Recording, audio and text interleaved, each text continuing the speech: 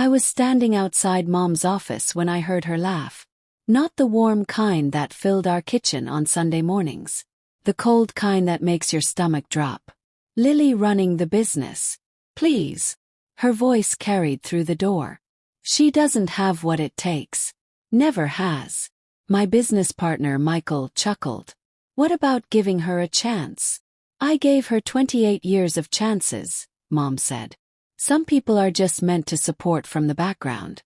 Lily's one of them. I was 28 years old, holding her forgotten portfolio. I'd come to return it. Instead, I got the truth she'd been hiding behind fake smiles and pat-on-the-shoulder encouragement. My hands shook as I set the portfolio outside her door. I didn't knock. I just walked back to my car and sat there until the sun went down. That night, I wrote 5 words in my journal. Watch me prove you wrong. Had no plan. No strategy. Just anger burning so hot it kept me awake for days. The journey from that parking lot to owning her company took 3 years. This is that story. My mother, Gloria Hayes, built Hayes Manufacturing from scratch. Custom furniture, high-end clients, steady profits. By the time I was born, we had money and reputation. She ran the business like a military operation. Precise, efficient, cold. Growing up, I watched her command boardrooms. She was powerful, respected, feared. I wanted to be just like her. Every dinner, she talked about expansion plans, profit margins, client relationships. I listened, memorized, learned. I thought she was training me to take over someday. My husband Michael joined the company 5 years ago. Mom loved him immediately. Finally, someone who understands business, she'd say. She never said that about me. I started working at Hayes Manufacturing right after college. Entry level like everyone else. You need to learn from the ground up, Mom said. 6 years later, I was still on the ground, while Michael got promoted twice in 2 years. He has natural talent, Mom told the board. Leadership qualities. I worked 60-hour weeks. Learned every department.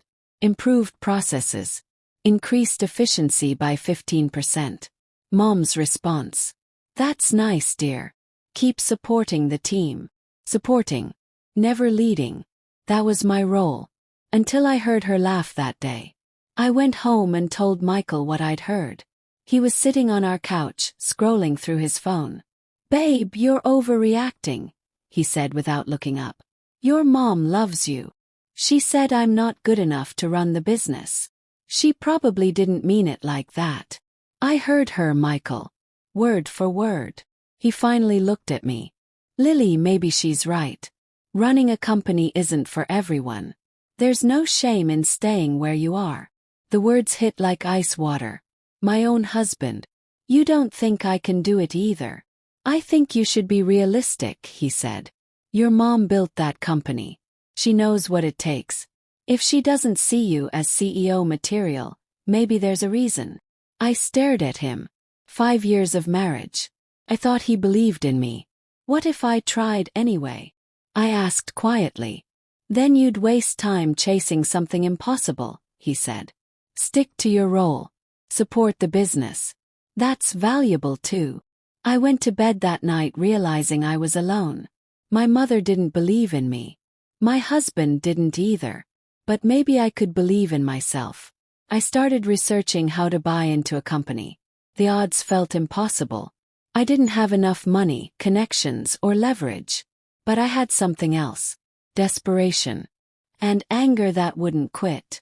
I began networking quietly. Attending business events. Making connections Mom didn't know about. Learning about venture capital, private equity, hostile takeovers. Every night after work I studied. Financial statements. Market analysis. Corporate structure. I learned how Hayes Manufacturing actually worked beyond what Mom showed me. I discovered inefficiencies she refused to fix. Outdated systems. Missed opportunities. The company was profitable but stagnant. I started documenting everything. Building a case. If I was going to buy in, I needed leverage. 3 months in, I found it. Mom had borrowed heavily to expand 5 years ago. The debt was manageable but significant. She'd been quietly struggling with cash flow. The company looked strong on paper. Underneath, it was vulnerable. I kept working my regular job, acting normal. But every spare moment went toward building my plan. Michael noticed nothing. He was too busy impressing Mom. 6 months after overhearing that conversation, I had a strategy. Aggressive, risky, possibly brilliant. I just needed capital and courage. I reached out to my Uncle David, Mom's brother. They'd had a falling out years ago over business philosophy. We met at a coffee shop across town. He looked older but sharp. "Lily, I haven't seen you since you were 15. What's this about?" I told him everything. Mom's words. Michael's betrayal. My plan. He listened without interrupting. When I finished, he smiled. "Your mother always underestimated people, including me. It cost her my partnership 15 years ago. Will you help me? What do you need?" "Mentorship, guidance, and eventually capital." He studied me for a long moment. "You're serious about this?" "Completely. Your mother will fight you. Hard. She doesn't lose gracefully." "I know. And your husband? He's on her side." "I'm realizing he always has been." Uncle David nodded. "Then let's make this interesting. I'll mentor you. When you're ready, I'll back you financially. But Lily, if you start this, you finish it. No backing down." "I won't back down." "Good. 'Cause this is war. And your mother plays to win." We started meeting twice a week. He taught me corporate finance, negotiation tactics, strategic planning. Everything Mom never shared. 3 months later, I was ready for phase 2. I approached Mom with a proposal. I wanted to buy a small stake in the company. 5%. Just enough to have a voice. She was in her office, reviewing contracts. She barely looked up when I entered. "Mom, I want to discuss something important." "I'm busy, Lily. I want to buy into the company. 5% ownership." That got her attention. She set down her pen. "Excuse me. I've saved money. I want to invest it in Hayes Manufacturing. Become a partial owner." She laughed. The same cold laugh from months ago. "Lily, that's adorable. But no. Why not? It's my money. I'm offering fair market value. Because this is a family business. And I decide who owns what. I am family. You're an employee. A decent one. But you don't have what it takes to be an owner." The rejection stung but didn't surprise me. I'd expected it. What if I proved I could add value? Improve operations. Increase profits. "You're not capable of that level of impact," she said simply. "Lily, accept your limitations. Not everyone is meant to lead." I left her office with my answer. She'd never willingly give me a seat at her table. So I'd have to take it. I needed capital. Uncle David helped me connect with a venture capital firm that specialized in manufacturing acquisitions. The pitch meeting was terrifying. 3 partners in expensive suits, watching me explain why they should invest hundreds of thousands in my hostile takeover attempt. "Your mother built this company," one said. "Why should we bet against her?" "Because she's stagnant. Hayes Manufacturing could be worth triple its current value with proper modernization and market expansion. Have the plans. I just need backing." I presented my analysis. Market opportunities. Operational improvements. Projected revenue growth. They asked hard questions for 2 hours. I answered every one. Finally, the senior partner spoke. "This is aggressive. Your mother will fight." "I know. And your husband works there. This could destroy your marriage." "It probably will. Why do this?" I met his eyes. "Because I'm good enough. And I'm tired of being told I'm not." They offered me funding. Not a loan. Investment capital. They'd back my acquisition attempt in exchange for equity. I accepted immediately. 1 week later, I bought 10% of Hayes Manufacturing through a shell corporation. Mom had no idea who the new investor was. I finally had a seat at her table. The board meeting where my ownership was revealed was perfect timing. Mom was presenting quarterly results when the company lawyer mentioned the new shareholder. We have a new investor who purchased 10% through Hayes Holdings LLC. They're entitled to board representation. Mom frowned. Who? The lawyer looked uncomfortable. The representative is here today. Ms. Lily Hayes. The room went silent. Mom's face went white, then red. That's impossible. I stood up from the visitor section. It's not. I bought in legally. I'm now a voting shareholder. Michael's mouth fell open.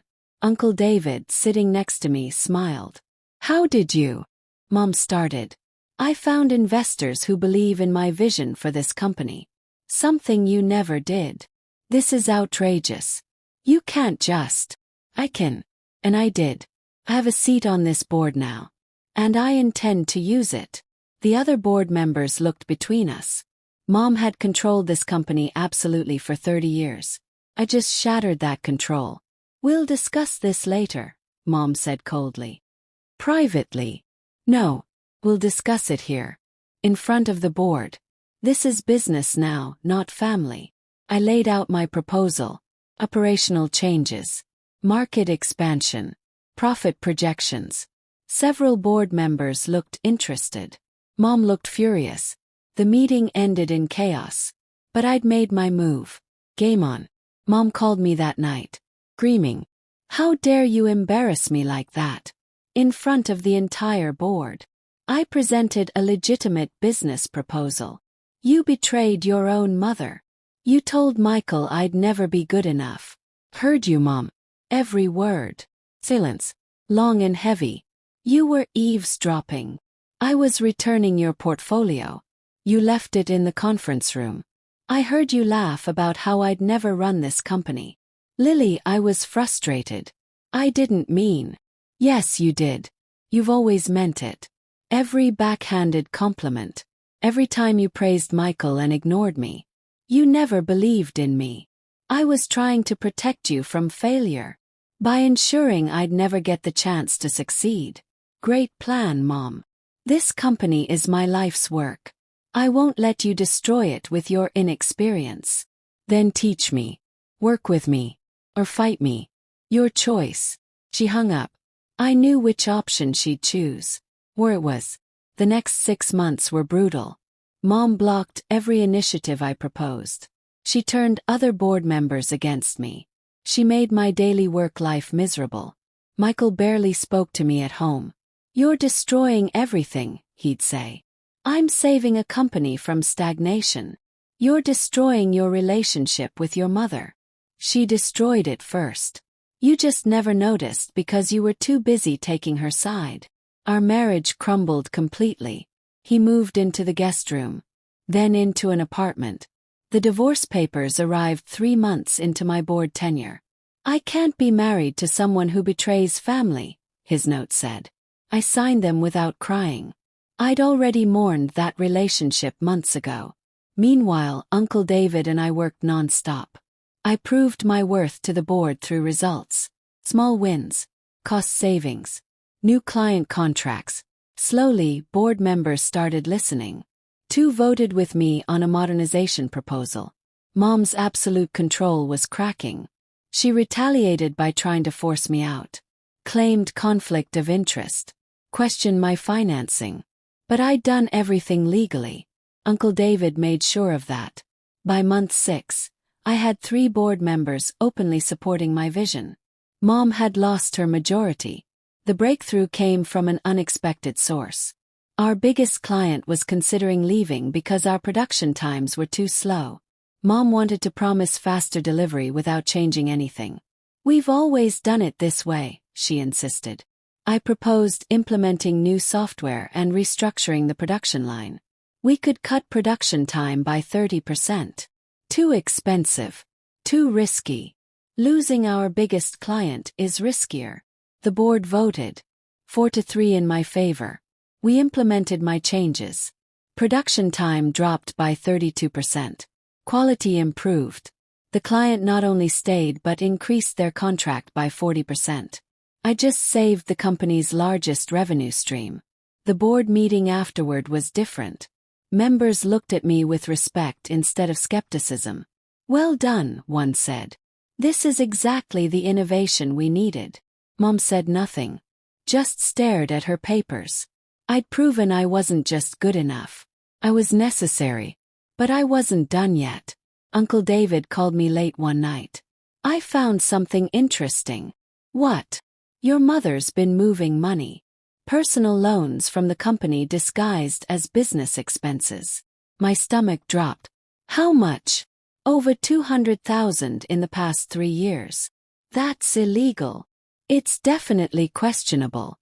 Maybe fraud, depending on how it's documented." I didn't want to believe it. But the documents didn't lie.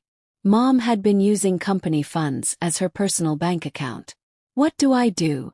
"You report it to the board. She'll be forced out. She's my mother.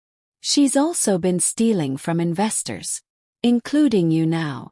I spent 3 days wrestling with the decision. This would destroy her. Publicly.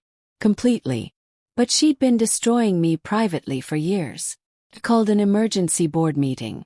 I presented the evidence calmly. Bank transfers. Falsified expense reports.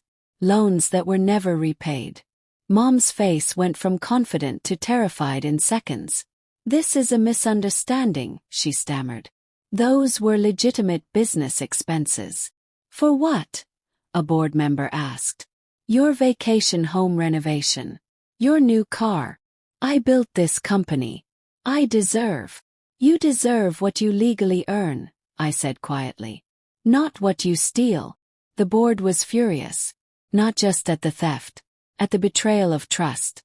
"We need to vote," the chairman said. "On Gloria Hayes' immediate removal as CEO." Mom looked at me. Really looked at me for the first time in years. "Lily, please. Don't do this. I'm your mother. You're a thief. And a liar. And the person who told everyone I'd never be good enough. I was wrong. Is that what you want to hear? I was wrong about you. It's too late for that." The vote was unanimous. She was out. Effective immediately. The board offered me the CEO position that same day. "You've proven your capability," the chairman said. "The company needs your vision." Accepted. At 28, I became CEO of Hayes Manufacturing. Mom was escorted from the building by security. She didn't look back. Uncle David hugged me afterward. "Your father would be proud. He always said you had fire in you." Dad knew. He saw it. Your mother just refused to look. The transition was rocky. Some employees were loyal to Mom. Others were ready for change. I spent my first month as CEO learning every detail of every department. Meeting every employee. Understanding every process. Then I started implementing changes. Real ones. New software systems. Updated equipment. Market expansion into commercial design. Revenue increased 18% in my first quarter. 25% in my second. The board was thrilled. I was exhausted. But I was also exactly where I belonged. Mom tried to sue. Wrongful termination. Defamation. Every legal challenge her lawyers could think of. Uncle David's lawyers crushed each one. The evidence of her theft was ironclad. She settled for a fraction of what she wanted. Kept some stock but lost all control. We didn't speak for 8 months. Then she called. "Can we talk?" We met at a neutral coffee shop. She looked smaller. Older. "I'm sorry," she said immediately. "For everything. For not seeing you. For dismissing you. For stealing." "Okay. That's it. Just okay. What do you want me to say, Mom? That it's fine. That I forgive you. I don't know if I can." "I was scared," she admitted. "Of losing control. Of becoming irrelevant. Of watching my daughter become better at something than I ever was. So you tried to keep me down. I tried to protect myself. And I hurt you instead. Badly." I stared at my coffee. "Do you actually believe I'm good enough now? Or are you just impressed by the results?" She thought about it. "Both. You're brilliant, Lily. Always have been. I just couldn't admit that you might surpass me." I don't want to surpass you. I wanted you to believe in me. I do now. For whatever that's worth. It's worth something. Just not everything. We talked for 2 hours. Honest, painful, real. It wasn't forgiveness. Not yet. But it was a start. 6 months later, Hayes Manufacturing was thriving. We'd expanded into 3 new markets. Revenue was up 40% year over year. I hired a new operations director. Young, hungry, brilliant. Why me? She asked during her interview. Because you remind me of someone. Someone who was told she wasn't good enough. But proved everyone wrong anyway. She smiled. I like that story. Make it yours. I rebuilt the company culture. Merit over connections. Innovation over tradition. Potential over pedigree. Employees who'd been overlooked under Mom's leadership thrived. Fresh ideas emerged. Energy returned. Uncle David visited often. You're not just running the company. You're transforming it. That was always the plan. Your mother sees it now. She tells people her daughter turned her company into an empire. Does she take credit? Sometimes. But mostly she just sounds proud. Genuinely. That meant something. Not everything. But something. Michael reached out a year after our divorce. I heard about your success. Congratulations. Thanks. I was wrong. About you. About everything. I know. Could we maybe try again? I laughed. Actually laughed. No, Michael. You chose Mom's side when I needed support. You told me to stay small when I wanted to grow. You were my husband, and you didn't believe in me. I made a mistake. You made a choice. And I've moved on. He looked hurt.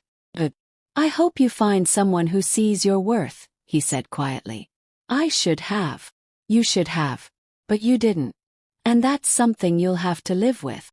I walked away feeling lighter. That chapter was closed. Mom started attending board meetings again as a minority shareholder.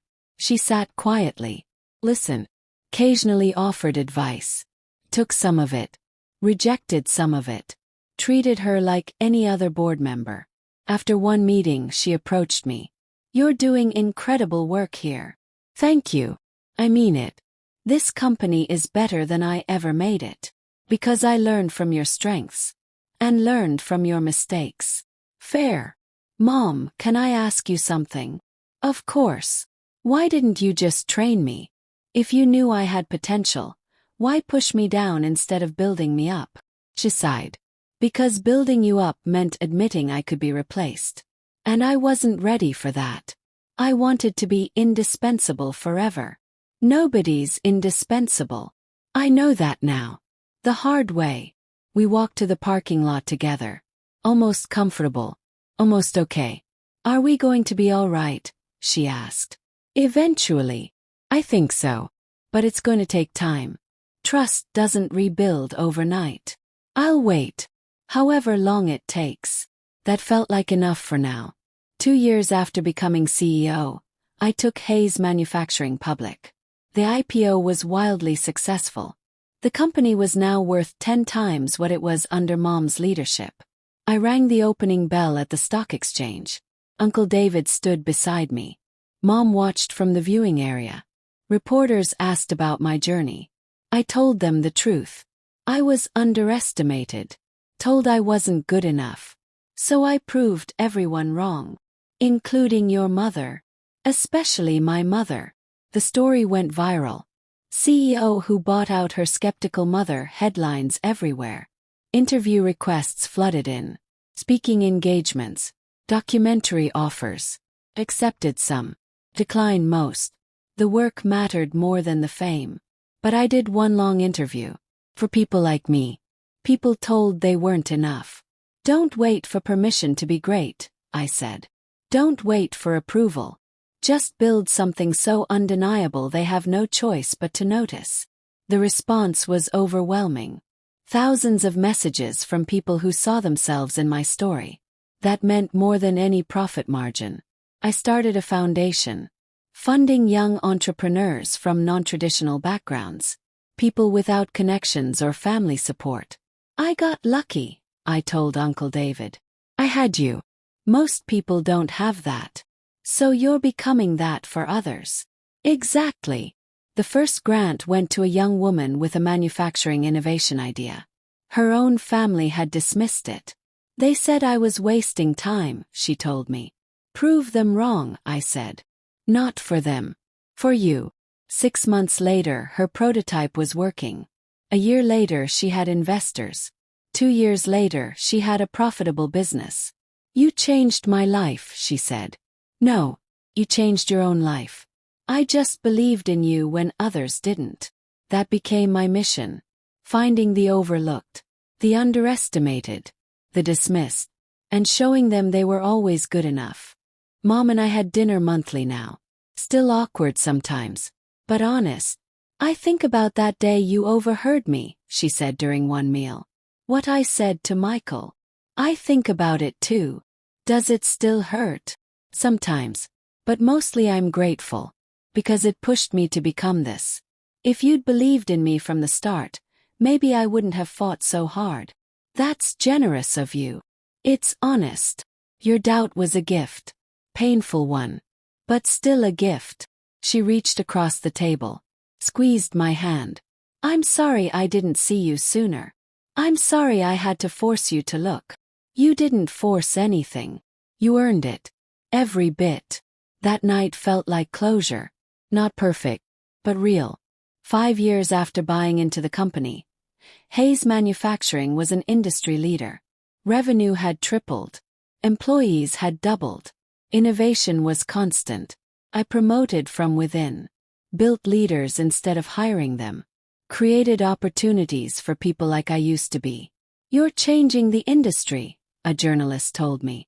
I'm changing who gets a chance in the industry. That's different. How so? Changing the industry is about products. Changing who gets a chance is about people. People matter more. That quote became the company motto. People matter more. We lived it. Fair wages. Growth opportunities. Respect regardless of position. Employees weren't just workers. They were people with potential. Just like I'd been. And we treated them accordingly. Uncle David got sick. Cancer. Aggressive. I spent every free moment with him. You saved my life, I told him. I just saw what was already there. Nobody else did. Your mother did. Eventually. That matters too. Does it? Yes. Because you didn't destroy her. You could have. But you gave her a chance to grow. That's strength, Lily. Real strength. He passed away 3 months later. Peacefully. Surrounded by family. Mom and I sat together at his funeral. Crying. Remembering. He believed in both of us, she said. Even when we didn't believe in each other. He was better than both of us combined. Maybe. But he made us better too. I missed him terribly. But his lessons lived on. Believe in people. Give chances. Build instead of destroying. That became my leadership philosophy. 10 years after that parking lot moment, I stood in front of a business school auditorium, speaking to future entrepreneurs. You'll be doubted, I told them. By parents, partners, bosses, sometimes by yourself. Those doubts will hurt. Use them. How? Someone asked. Let them fuel you. Not with revenge. With purpose. Build something so excellent that the doubters become irrelevant. Not because you destroyed them. Because you outgrew them. After the speech, a young woman approached. My family says business isn't for women like me. Too risky. Are you good at it? I think so. But they make me doubt myself. I handed her my card. Call me Monday. Let's talk about your idea. And stop letting their doubt become your ceiling. She smiled. I saw myself in that smile. That's why the story mattered. Not just mine. But everyone's who came after. I'm 38 now. Hayes Manufacturing is a billion-dollar company. I have a husband who actually believes in me. 2 kids who see their mom lead without apology. Mom and I are okay. Not perfect, but real. She's proud now. Genuinely. She tells people her daughter built something she never could have. Sometimes I drive past the old building where I overheard that conversation. Where Mom laughed and said I'd never be good enough. I don't feel angry anymore. Just grateful. 'Cause that moment broke me. And I rebuilt myself stronger. I'm Lily Hayes. Mother. Entrepreneur. And proof that being underestimated is only permanent if you believe it. My mother said I wasn't good enough. So I bought her company. Not to destroy her. But to prove that good enough was never her decision to make. It was always mine.